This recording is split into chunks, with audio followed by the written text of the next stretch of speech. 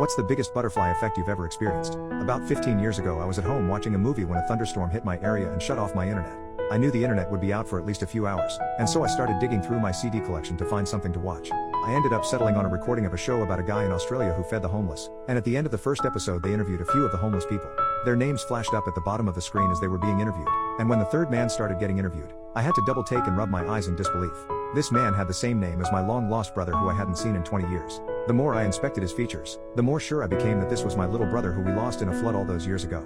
I called the TV program as soon as the power went back on and got in touch with the guy, and he managed to track down my brother and passed on my phone number. A couple of days after I made the original call, I got a call from my little brother.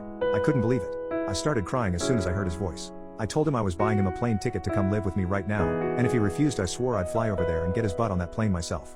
He chuckled and agreed. He was on a flight to me that very same day, and I went to pick him up from the airport the next morning.